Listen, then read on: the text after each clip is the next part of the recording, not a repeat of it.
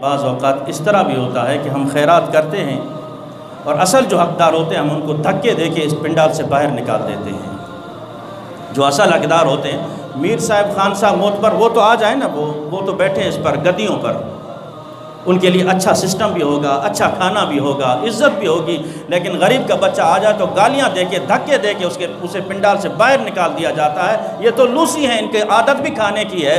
خدا کے لیے، خدا کے ہزاروں روپے، لاکھوں روپے خیرات پر لٹا کے جب غریب کو تم ایک دھکا دے دو، خدا کی قسم تمہارے ان لاکھوں کو اللہ کی کوئی ضرورت نہیں ہے۔ اللہ کو تمہارے ان پیسوں کا کیا کرے گا؟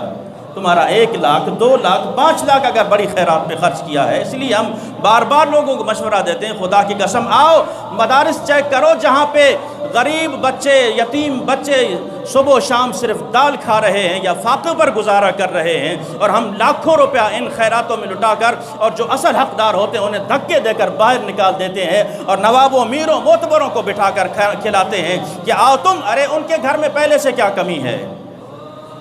پہلے سے کیا کمی ہے ان کے گھر میں؟ جو اصل حقدار تھے ان کو تو تم نے دھکے دے کے باہر نکال دیا۔ جو اصل حقدار تھے ان کو دھکے دے کے باہر نکال دیا۔ آج ہم چند نمازیں پڑھ کے، چند روپے خیرات کر کے لوگوں کو بتا رہے ہوتے ہیں کہ ہم نے یہ نیکی کی ہے، ہم نے یہ تیر مارا ہے۔